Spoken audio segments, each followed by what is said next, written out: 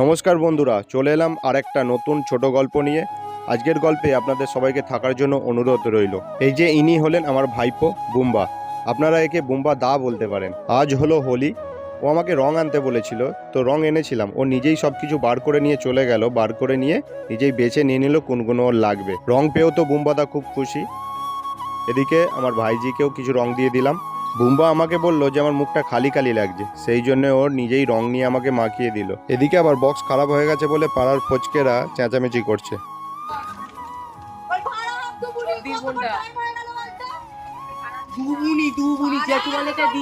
বক্সওয়ালা এসে বক্সটা সারিয়ে দিতেই পাড়ার ফচকেরা আবার নাচতে ব্যস্ত হয়ে গেল।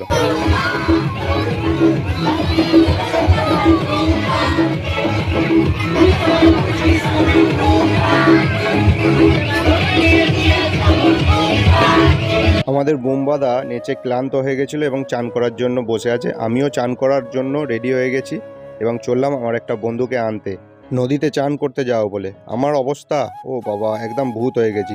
চলো আজকের গল্প এখানেই শেষ করলাম। সবাই ভালো থেকো, সুস্থ থেকো, সাবধানে রং খেলো। দেখা হচ্ছে অন্য গল্পে।